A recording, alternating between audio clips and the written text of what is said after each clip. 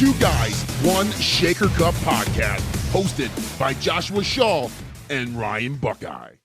What's going on, boys and girls? Welcome inside the Two Guys, One Shaker Cup podcast. Josh Shaw, Ryan Buckeye, back better than ever. Today's topic is an interesting one, a little bit different than some of the ones we've been talking about, and I think that's what's fun about this podcast. Like, we've gotten, I think I start every podcast talking the same thing in terms of like the engagement level on some of these topics. They're so unique and different that people are just like tossing in their 2 cents. What I will say though, Josh, is I feel like people toss in their 2 cents by reading the title of the podcast and not necessarily listening to it. So when they throw out their feedback, it's like if they listen to the podcast, maybe they would have had a different perspective on what we're talking about. And I would say like today's podcast is one that they probably should listen to before they start pitching ideas.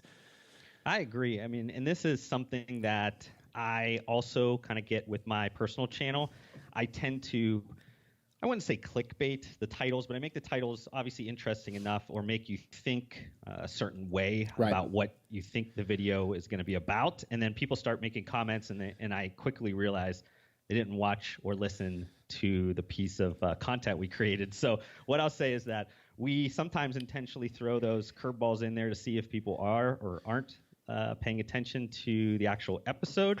And it's just one of those things where it helps us understand maybe how deep we should engage with you on certain topics. Regardless, we're going to engage with you because we just enjoy the banter and we enjoy just learning about what people think about certain topics, especially because both of these, or a lot of the topics we talk about on this podcast are much, I wouldn't say much different, but there are definitely degrees of separation from what you or I talk about on a normal basis. Yeah. So this is kind of one of those topics because we've covered fitness, we've covered different ideas of maybe gym ownership or supplement store ownership or supplement brands and all kinds of other things around sports or fitness and the future of everything. And we never really talked about maybe a subject matter that is kind of close to this. And this is like athletic apparel or footwear and just kind of those brands. I mean, they are a big part of any fitness person's life. I would assume that most people, when they're going into their local gym or maybe they're competing in a intramural sport or anything like that, they're probably putting on some Nike shoes or they're putting on some Under Armour shirts, or even if they're really maybe cool, maybe they're putting on some Gymshark stuff, because that's kind of the thing. So the idea here is for us to discuss just kind of the differences between kind of what I'm considering like the older brands of athletic apparel and footwear. And this is what I'm kind of considering maybe like a few generations ago, like the 1950s, the 1960s, because that's actually where a lot of these brands kind of originated from. Right. And then you have kind of the next wave of brands that started in this past generation, so 90s and beyond. You have some brands like Under Armour, you have what I was talking about with Gymshark, or you have like Lululemon and a bunch of other ones that have come up. But it's kind of this new age, old school, like who's winning the battle. We have a lot of discussion in at least like the sports nutrition world about like legacy brands are dying. And this is also happening in just the bigger like CPG industry. You have a lot of these really huge names that have been around for a long time that are struggling. But is that the same thing that's happening with the athletic apparel and footwear game? It's not really happening in the same sense. So what are they doing that is maybe unique, or what are they doing that maybe other businesses or anybody can kind of point to and say like, wow, they have been around for this long and they're still growing, they're still killing it, they're still, something that people are interested in wearing on their chest. You know what I mean? Like a big logo on your chest is kind of making a statement. So this is kind of the ultimate consumer branding play, if you're thinking about it, because we wear these logos proudly on our chest. Yeah. When you think about the number of apparel companies just in our space. Now, I'm not talking basketball, football, and like athletics. I'm talking fitness. I mean, it's every other day there's a new apparel company popping up on Instagram with some clever saying on a T-shirt. They're all using the same T-shirts, next level T-shirts. Like one of the things that I hesitated doing was creating apparel for FI because it's one of the worst fucking investments you can make. I mean, apparel is just a terrible investment, but that's always the idea people have. Like, let's start a T-shirt company. If anybody's ever watched, and Josh and I talk about this all the time, if you've ever watched Shark Tank, Mark Cuban is like the biggest proponent in the world against apparel companies. Like, he hates it because the amount of inventory that you have to stock and the cash flow that gets tied up in it, and just the estimates of sizing and forecasting and styles. It's it's tough. But that's how these brands have become super smart in terms of obviously forecasting. But they've also done some different things. Like, I mean, Phil Knight and Nike. If you've read the book Shoe Dog, which I'm sure you probably have, and most of us who love business have, it's a great memoir of his life and story and how Nike started. And it starts with a bang, like right away in terms of how he had this vision. Anyway, it's Nike is like the great American story of brand. And I know they've had some negative press, obviously, throughout the years. Everybody knows, a lot of people know about that. But like how they're able to sustain like the longevity that they have, and they're still the number one basically athletic apparel company in the world, and I don't see anybody touching them. It's interesting. But I do like this topic because many of the small brands that and I wouldn't even say they're small. Like Lululemon is not small. Athletica is not small. They're not small brands. But what they did that I think is how they chipped away maybe at some of these big legacy brands, and maybe not chipped away a lot, but what they did is they realized like we can't be Nike. We can't provide everything to everybody like Nike does. Nike has toddler shoes, toddler wear. They have T-shirts. They have jerseys. They have football cleats. I mean, baseball gloves. They have everything that covers everything in sports. Lululemon came along, for instance. I'm going to use them because they kind of blew up like super crazy, and said, we're not going to be able to compete with Nike, but like what Nike does not necessarily do a great job at is some of this like athletic apparel in terms of like gym wear and comfort clothes that with style. So they took a niche of what Nike was doing, but maybe not excelling at, and said, like, we can do this better. Instead of taking on Nike as a company as a whole. Now, you could argue a company like Under Armour looked at Nike and said, I want to take Nike on as a whole, and they tried, but they started with, like, different. And the Under Armour story is, I'm sure you know this one, too. It's like, all these stories are great. Like, they're so much fun to read and hear because they're motivating as shit. But Adidas, Converse even, Nike, like, the three big old school ones, like, they're still around. Now, just to toss out a few names that people may or may not remember, and I'm not sure if they're around anymore, Josh, so you can correct me, but like Fila, are they still around? Yeah, they are. They're kind of making a comeback more on the nostalgic play. Okay. But they were really big once upon a time. I mean, they weren't Nike big, but they were big. And I think I had a pair when I was maybe in middle school or something because Grant Hill, I liked him as a player, and I think he rocked some Filas. Yeah, so I mean, there's a lot of brands that used to be massive that just didn't keep up with the times that died. Like Fila, now you mentioned coming back, but like everybody in the world had a Star jacket. Everybody had a pullover Star jacket. I did. I loved it. My Niner Star jacket was the shit.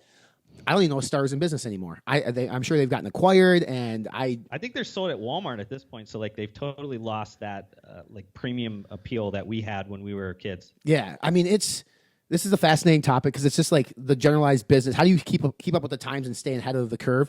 Because do you want to be, and we've said this before, like if you're Nike, like you have a choice. Like, do you want to be Blockbuster? Do you want to be Netflix? Like, how do you adapt? But what's funny about Nike is like what sells the best for them. It seems like it's their stuff from the 50s and 60s, like their Jordans, right? Their Air Jordans, these collectibles. We should have Dan on from Ghost. Like, why do you spend so much money on Nike shoes? And it's one of the biggest obsessions in the world, Josh. Like people collecting Nike shoes. It's like a collector's item. It's a fashion statement. They're expensive, and they created somehow this demand for this product based on limited edition or limited inventory that keeps that buzz and sex appeal alive for Nike, making it a fucking cool company to be a part of. Yeah. I mean, the shoes, the sneakers, especially what Nike does, it's honestly, it's art. It's something that is really appreciated by consumers, especially sneakerheads and people that are really into that kind of thing. And it just has such a cultural significance. Like everybody wants to collab with them. Everybody wants to make exclusive, colorways or launches. And Nike's done a really good job at understanding distribution as a whole. I mean, they were really for a while just kind of putting it all out there, but now they realize let's control distribution a lot better. Let's control launches. Let's make things exclusive. Let's make it something that really the biggest fans out there can invest in. A lot of times these things are assets in a case like where people don't wear them, they put them away and then they resell them. There's huge like reseller marketplaces now that have made billion-dollar valuations off of the reselling of Nikes and Adidas sneakers, Yeezys, things like that. So it's kind of crazy, this whole market that's kind of like started to happen. One thing that I found like interesting when I was looking at kind of the new versus old was you had most of the old brands that are focused on footwear. Like they do have a big piece of their business that's apparel as well. But you'll see that the younger brands, not a lot of them are playing around with footwear. You have Under Armour that does, but I mean, I think you have a pair of Under Armours. Yeah. I don't personally like them. I've tried a few of their pairs on. I don't like the styling of them. I don't like the fits. I don't like the way that they feel on my feet. Like, I just have never been a big fan of them. But if you look at like the old school brands, you have Nike, you have Adidas, you have Reebok, you have, Puma or Converse, or, even like Vans, or like all these, like they're all like shoe and footwear based. And then you have the newer brands that seem to be focused more on the niches of just the apparel part of it. And I'm not sure if there's like this weird like OPEC agreement where like you can't get into footwear, like the strong arm in you, like you're not gonna make it, right. And that's why they go after apparel. It's a little bit easier because maybe it's cheaper investing kind of right off the bat. I don't know if you have to own some shoe factories or anything like that. I know like in Shoe Dog, like he talked about how he had all these kind of struggles with setting up contract manufacturing. Well, talk to your boy Jack over at Bang and ask him how much it costs him to make those boots for free. I mean, he can tell you. I mean, is it very tough to get into the shoe business? Jack, if you're listening, is it tough to get into the shoe business? Because I don't know. Man, I you know what? I think I'm going to shoot him a text and ask him how many pairs they've sold, because I'm actually quite curious to see how many people actually bought those. I know they give them away a lot, but curious to see how many actually ponied up some money for those shoes. But But, that was kind of one thing that I kind of noticed. Kind of to take this in a little bit of a different direction, like what would you consider your favorite athletic brand, and kind of like why do you pick that? I know you wear a lot of Under Armour and you like The Rock, but I don't know if that's your favorite apparel company. It is, actually. I like the quality of the stuff, actually, quite a bit. I mean, for me, I'm also one of those guys who likes to go against the grain and kind of be like abnormal to what's accepted. For instance, like growing up, my entire family were Packer fans because I grew up in Wisconsin. Like, I didn't want to be like my family. So I see everybody wearing Nike kicks. It's like, I want to be different. And obviously The Rock obviously helped me make my choice, but I like the shorts. I like their workout stuff. I don't know if I was influenced by marketing. Obviously with The Rock, I definitely am. That's not to say I don't like Nike. I have a pair of like Nike Cortez. They're like cool shit. They're like white. They're stylish. So I wouldn't say like if you put a gun on my head and said which brand you're gonna pick, it's gonna be Under Armour. I mean, you're wearing an Under Armour zip up right now, right? Like it's I think that they make. I got some really nice like polos, some dress stuff with Under Armour. I think that they kind of went into to even button up tees and stuff for the office space that's comfortable. So for me, it is Under Armour. But I have no issues with Nike, no issues with Adidas. I guess there is a feeling when you wear these clothing, right? Like even in school, when I had a pair of Nikes growing up, like you felt cool because it's a status item, and for kids especially, because my God, you walk through the middle school with a pair of brand new Nikes on, and the kid next to you might have a pair of shoes from Walmart. There's nothing wrong with that, but like kids at that age understand, right? Like they understand, like he's got Nikes, that's cool, and I'm wearing these like $19.99 shoes from Walmart, like. And it's unfortunate, but like that carries on through adulthood. Like that shit starts in elementary school and like your status symbol, and it carries on through adulthood. And when you put on a pair of Nikes or Under Armour or one of these sort of quote unquote legacy / prestigious brands, you just feel better about yourself wearing that type of stuff. That's why people buy fucking Louis Vuitton and like all these crazy things, like a Louis Vuitton purse for $10,000. How is it any different than a purse from Target for $40? It's really not, other than the fact that it's leather, but it really does come down to stats. But sorry, long-winded. Under Armour is, and I do now. I primarily buy like the Project Rock stuff because I like the sayings, and I again like his cuts, the material. For me, being like a bodybuilder and that being fitness sort of centric, it's my shit. What about you? I wouldn't consider Under Armour my favorite, but I do tend to wear a lot of their stuff, and I think I've worn a lot more of their stuff the older I get, and I think it's just because they make a lot of really good basics. Like I like just kind of basic stuff, so I don't like really a lot of like loud logos or loud colors or anything like that. So I found that Under Armour tends to like serve that need pretty well, which is kind of unfortunate if you think about it, because Under Armour kind of started out as like this innovative kind of technology clothing company, like with their compression gear. I remember, what was the movie with Jamie Foxx, and there was a football movie with Al Pacino. Is that? Yeah, I know what you're talking about. like Any Given Sunday. Yeah, I think it was so. called. Yeah, Right. but basically they were wearing like Under Armour in that movie, and I remember watching it thinking like, what is this company, and trying to figure it out. And that was kind of the first time I had ever really experienced Under Armour and kind of getting into that. And that was really the core of the business, was like this technology that no other kind of company was really playing with, was this kind of compression type style clothing. And unfortunately, like over the years, they've kind of like diluted it to the point where it becomes kind of like dad gear in a way. Like if you go and shop at one of their stores, their outlet stores, or even see who's wearing it around town, a lot of times it's probably our age or a little bit older, over having like an 18-year-old kid that's rocking Nike, or at this point Adidas, which we haven't really talked a lot about, because in our age, like when we were younger, Adidas was a soccer company. Yeah. I mean, I don't know, like I wasn't into soccer, so I didn't wear Adidas. That wasn't my thing, even though maybe later on I wore a few of like more of their casual Adidas. But like today, it's a much different company, basically because of like Kanye West. Yeah. Like him bringing the Yeezy brand, and him bringing this like athleisure kind of like high styling art type of an approach to Adidas, now is giving it more of an urban feel in the US. Like Yeezys, I think I looked up, like it has a $1.5 billion valuation on that brand, which is like second best to Jordan. Yeah. I think it's above LeBron. So it's kind of one of those things where it has a massive appeal to the market as a whole. And when I'm walking around Austin or whatever, and I'm seeing like young kids, a lot of times it's Adidas or Nike. It's not Under Armour. Yeah. So I don't know if that just means because we're getting old we like Under Armour, but it's something that I've just kind of noticed, like just casually watching people around me. I think you're right. I think Under Armour is the newest of the three brands mentioned, but it's the most elder, like in terms of like target market. And Adidas is super interesting because we're kind of like closed-minded here in the States. And you mentioned it started out as a soccer company. It's still a massive, huge soccer company, right? You go to Europe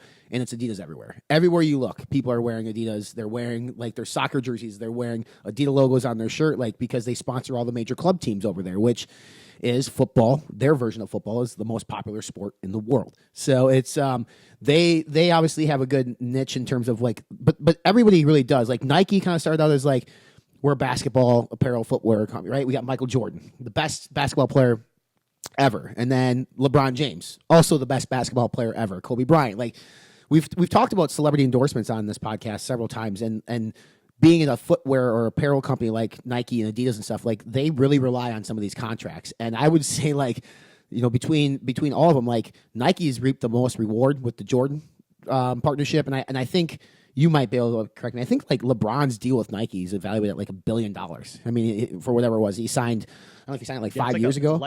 Lifetime. Yeah. It's a lifetime deal. Yeah. Yeah. So I mean, and LeBron right now obviously has the footwear for basketball. He's getting older in basketball. If he's able to create like something cool like Jordan did, I mean, awesome. And then you look at like somebody like The Rock for Under Armour. Obviously, he's doing his job there. But one thing that I think is super interesting, Nike being, I don't know if Nike is the oldest or if Converse might be older than Nike. I can't remember. But what Nike I think has done a really good job at is if you've ever taken a marketing class, ever, we talk about the 4 Ps of marketing, something that, Josh, you and I have not actually really talked about much on this podcast, but like you have your product, price, place, promotion, right? Like those are your 4 Ps. Well, when I was going through school back in 2008, 9, whatever it was, like a fifth one was coming to fruition that did not exist. And 2009 is 10 years ago, but personalization became sort of like the 5th P of marketing. That's because Amazon was coming up, and all of a sudden you went to Amazon, you see like recommended for you. Nike did a really good job of saying, you know what, let's let consumers personalize their footwear. And you can go on Nike, you can pick the tongue colors, you can pick the Nike swoosh colors, you can engrave or put your stitches of your initials on it, like something that no other company had done. They were ahead of the curve there. If you ever walked into a Nike store, it's an experience. And that's one thing too. Like you can walk into a Foot Locker, and really what is a Foot Locker? There's a bunch of shoes on the wall, basketball gear in the middle, but you walk into a Nike, you walk past this big LED screen showing some really cool stuff. I remember do you remember the commercial when Kobe Bryant jumped over the car? Like the Maserati? I mean, I remember walking to the Nike store distinctively for the first time in my life. And that was the commercial I was playing. Like, and I was walking and the Maserati came and hit me and Kobe jumped over me. Like, but I mean, it's just an experience when you walk into the store. So they really wanted to create this customer experience. Instead of fitting into the background saying like, we're Nike, we're going to survive off of our legacy, the swoosh, like that's what people want. Like they never stopped innovating or adapting to what the consumers want. It's 2020 almost, and they were created what 19. When did Nike come out? 1964. Yeah, something like that. I mean, that's pretty good longevity in an apparel / footwear business, and I don't think they're going anywhere ever. But I would just say, like, for as many times as they could have made the wrong decision just to sit back and relax, like some brands do in our space in sports nutrition, they didn't. And there are still many startup brands that come out there that try to do things differently, but they take a lot of pages out of Nike's book because Nike is still, like, by far, in my opinion, like leading the way in terms of making the biggest noise in the space. And you have disruptors like Under Armour, where he's slinging this compression gear out of his trunk in Maryland, and now he's sponsoring the Maryland football team, and now people are understanding, like, Under Armour came out when I was in high school, and I remember it was really cool. Like, we all wanted to wear it because it was like this unique apparel company at that point. But now what's really cool is we haven't given a lot of time to, like, these small little upstarts. And I'm not talking about Gymsharks and Vanquish in the fitness realm, but, like, you look in, like, the general population, like we mentioned Lululemon, for instance. I mean, that to me, how quickly Lululemon made yoga pants cool, right? Like, before Lululemon, yoga pants were not a thing. Like, they weren't being worn. And if they were being worn, people looked at them and be like, what are you doing? Now it's like, that's what it is. Like, women wear legging or whatever you want to call them everywhere. So thank you, Lululemon. You have saved my life and Josh's life. You made it interesting. At the same time, shame on you, Lululemon. I've seen things I can never unsee. But, I mean, for Lululemon to come into the market, into this apparel market, and make it acceptable and basically make an apparel line a stakeholder in the women's wardrobe, like they have to have these leggings, is, to me, unbelievably remarkable. It's funny that you made that joke because actually the founder of Lululemon got into a ton of trouble, I think maybe 10 or so years ago, because he made a comment basically saying, like, just because you can fit into a pair of Lululemon doesn't mean you should wear a pair of Lululemons. And he, like, kind of flipped out because the issue was that there was I don't know if you remember this, but they had some black leggings that were, like, basically showing the girls, everything. And it was basically because it was stretching too far that it was actually becoming, like, sheer, and people could kind of see through it transparently a little bit. And he basically made that off the cuff comment, not necessarily, kind of bashing women that were a little bit bigger, basically saying, like, you're wearing the wrong sizes a lot of times. You don't really realize that because you can fit into them, that doesn't mean you actually should be wearing them or should be wearing that size. So it's funny that you made that particular joke because he got into a ton of trouble with that. I don't think he's actually the CEO anymore, but there's a really good episode on the podcast, like How I Built This, like an NPR podcast about Lululemon, which is pretty good. But you mentioned a few things like with Nike that I found interesting that Lululemon's kind of taken some good things from, and you said around, like, Nike's use of their stores, like, and they've done a really good job lately about also building some new, like, experiential kind of like design forward type of stores where, like, you can actually go in there and, like you said, personalize or customize things. You can actually be a part of the process when you're putting together shirts or shoes or anything like that, which is extremely great. I mean, I think that Nike is going to probably scale that out to other cities. I think they're only maybe in New York City or LA or maybe in China or something like that. So it's not everywhere at this point. But Lululemon, what I found most interesting, what I've always loved about their locations is that they've used their locations as kind of like a community hub for the kind of people that in which they're trying to attract. So like yoga or maybe some of the other kind of like bar type classes or things like that, where they actually host events on the weekends. They have things where people come into the store, they get some special discounts or whatever, but they're using it more in like an experiential way. The store isn't just these four walls. It's also a place where people meet and engage, and they get to know each other, and they get to share commonalities. And that's why a lot of people love Lululemon, because they're more than just this physical piece of apparel that you put on. You actually get a feeling when you put it on, you're a part of something a little bit more than just that logo that's on that back. So I found that kind of interesting about Lululemon, that they've been able to utilize their stores in a really strong way. I think when I looked at like their previous quarterly, they're actually still opening stores, which in a retail world at this point, like that's kind of weird, where everybody's trying to close stores or optimize their stores, where they're saying there's a ton more opportunity for us to get more business by doing this, because we found a way to utilize our stores in a more unique way than anybody else. What's interesting about Lululemon too, because my wife shops there, it's always busy. It's always busy when you walk into Lululemon. Like there are lines at the counter. Sizes are continually sold out. I don't know. I mean, they have a lot of inventory for sure.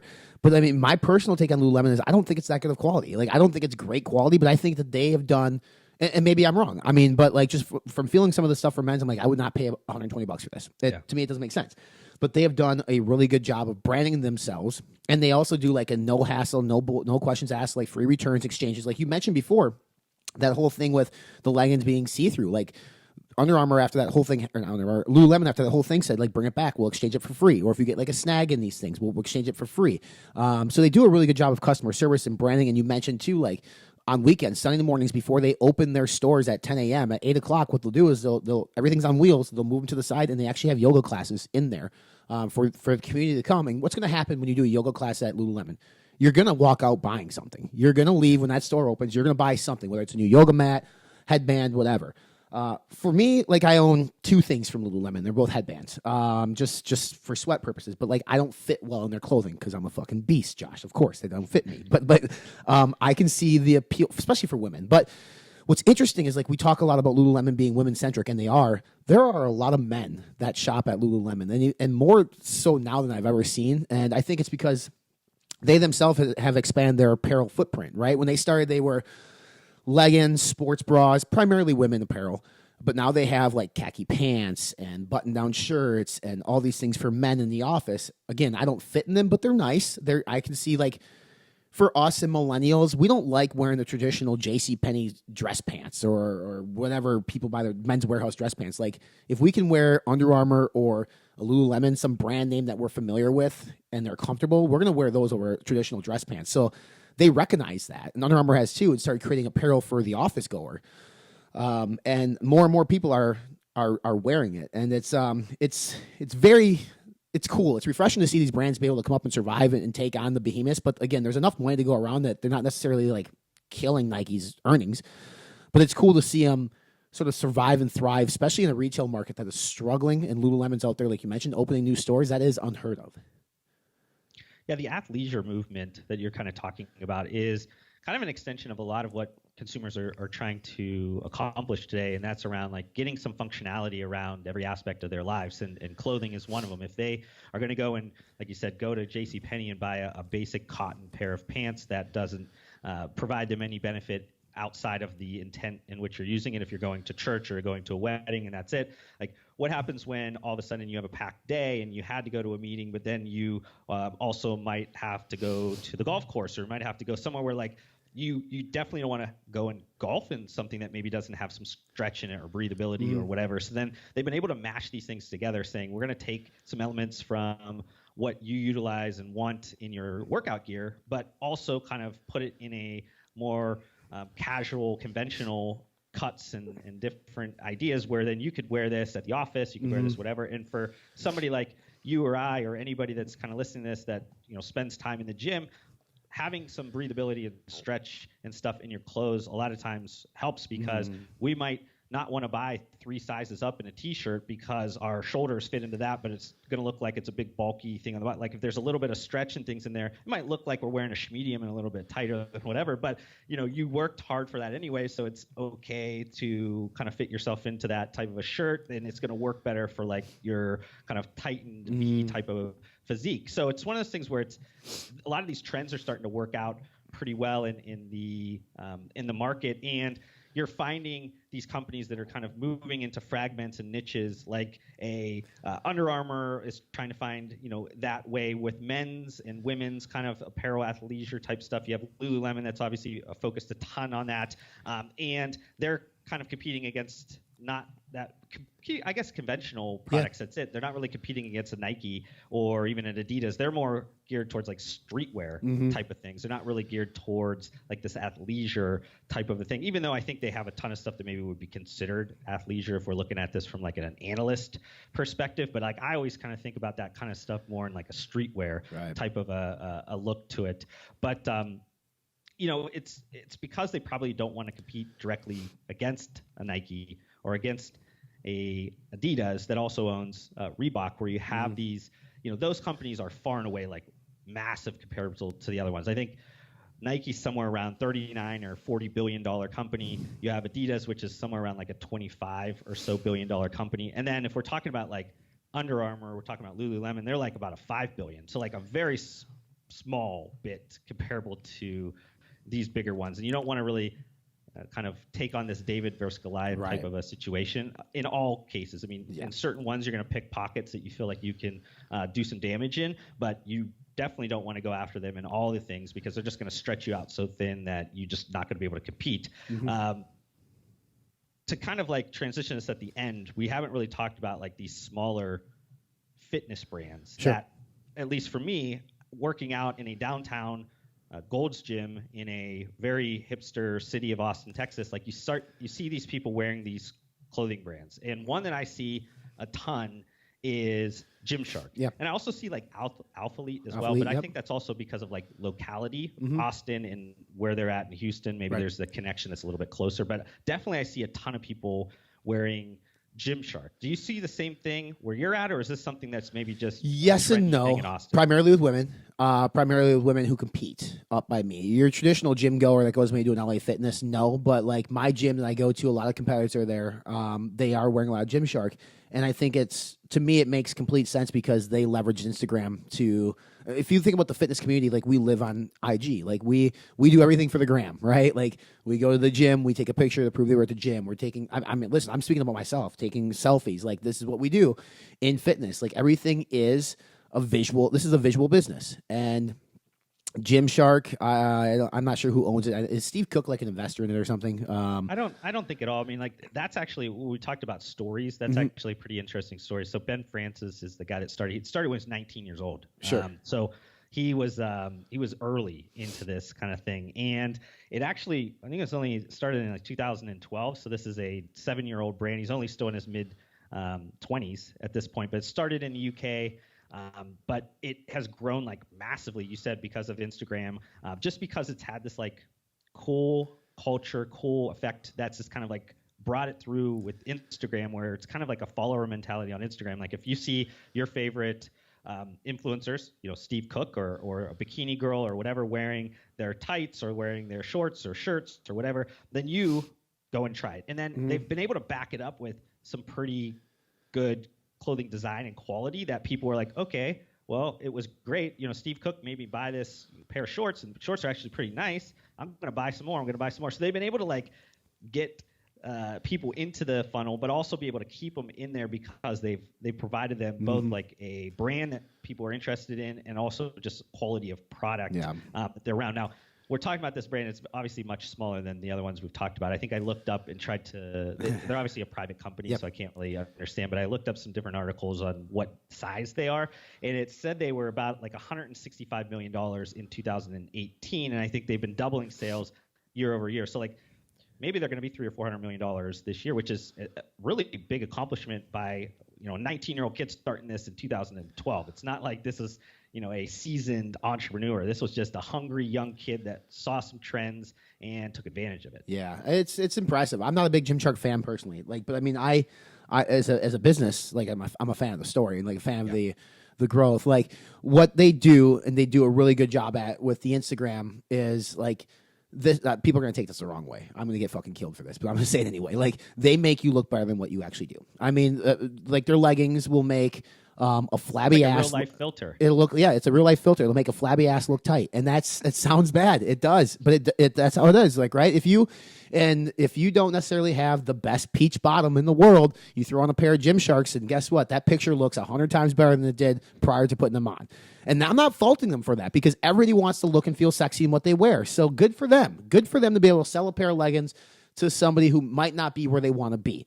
Now I hope, from a fitness perspective, if you're a female and you wear those and you realize like maybe you don't have that perfect bottom that those Gymshark shorts are showing off, that's what you strive to have, and you'll work your ass off to get a real one so you don't have a fake ass for Instagram based on Gymshark. But again, it's brilliant. It is absolutely brilliant. But I bet you any money at 19 years old, he's sitting at a desk like the one you have right now in Austin thinking like, how can I make a girl's ass look better? I'm not even kidding. Like that could be a premise of like, how do you make somebody look better than what they actually are? And he did it. And they did it with now I'm speaking specifically on women. I don't really look at the men gear too much, but then you have the very, very attractive women on Instagram posting pictures of them, and yes, they look phenomenal. They all look good, and I'm not saying and people see that and they're like, I want to look like that, right? And then they try it and they like it. The quality's not bad, and they continue to buy it. And now they're in the funnel, and now they're on the email campaigns, and they're buying something every 3 to 4 weeks. If you're like my wife, the Amazon boxes show up every week. There are a lot of people that do that too, right? I mean, they might be buying something every single week. And I'm not going to fault them for that. They have grown a hell of a business to the point where they could be acquired by, and I was going to say this earlier, like a company like Nike might look at that someday and say, listen, we don't really have a footprint in this spot. It doesn't make sense for Nike to put a swoosh on this type of stuff. So let's buy it. And they've done that with Vans. They've done that with Hurley. They've done it, I believe, Roxy, which is like a swimwear company. I think Nike owns them too, maybe. But they're smart enough to know, like, listen, this isn't a Nike brand, but we want the revenue from this, so we'll buy it and just keep it branded the way it is. And a lot of these startup companies, I mean, they start a company to what? Be acquired, be purchased, right? Like they want to sell off. And your big boys like Nike and Adidas and Reebok are the ones that they're trying to buy them up because they don't have a foothold in that spot. So kudos to Gymshark and that entire process and how they built it. I'll have to like learn more about that story because it is, from what you just even mentioned, it's super unique, especially at 19 years old. Like that's a cool fucking story. And making women look better since 19 years of age. So if it's 7 years old, like they're killing it. Oh, good for him. And I like the idea of having a job that the only thing you do is try to figure out how do you make women's asses look better. I mean, that's like a one in a lifetime job. Here it is. You don't have to pay for implants. You just gotta buy a pair of my leggings. Yeah, I don't know what his his marital status is, but I'm assuming when he started he was single, so it was probably a good ambition to think about that. Yeah. No. Good topic. I mean, this is, we could keep talking about this. The apparel business in general and footwear business is just so unique, and like Gymshark's not the only one in fitness. Like there's, like you mentioned, there's Alpha Elite, there's Vanquish, there's plenty of these booths that you see at the Arnold too with companies that'll probably never become like a Gymshark, but they're trying to leverage, and Gymshark was able to offer a unique point of differentiation or a unique value to people in the space, and they've done a good job of doing it. But again, they're not looking and saying I'm taking on Nike. They're looking at creating their own market in a space that was, for the most part, untouched. And that's what we need to do, Josh. We need to think of like, how do we create these hats, man? Because you and I like both like wearing hats. Like, what kind of hat can we create for the bodybuilding world that's going to sell like fucking crazy? Can we make a hat that make somebody like Ben Kane look prettier? I mean, now if we can do that, we're sitting pretty well. We're going to be billionaires at that point. Yes. If you guys have any comments here, make sure you leave them over at Facebook. You can follow us there. Also, make sure you stream or download this on iTunes, Spotify, watch via YouTube. Any topics of conversation you guys want to discuss, let us know. But appreciate the engagement. The one on this one will be cool too. I'd be curious to hear what people's like go-to brands are and why that is, because we're at this point almost middle-aged white men. Jesus, that sounds weird. And we're wearing dad clothes in Under Armour. So how many of you out there have a dad bod like Josh and I that are repping Under Armour?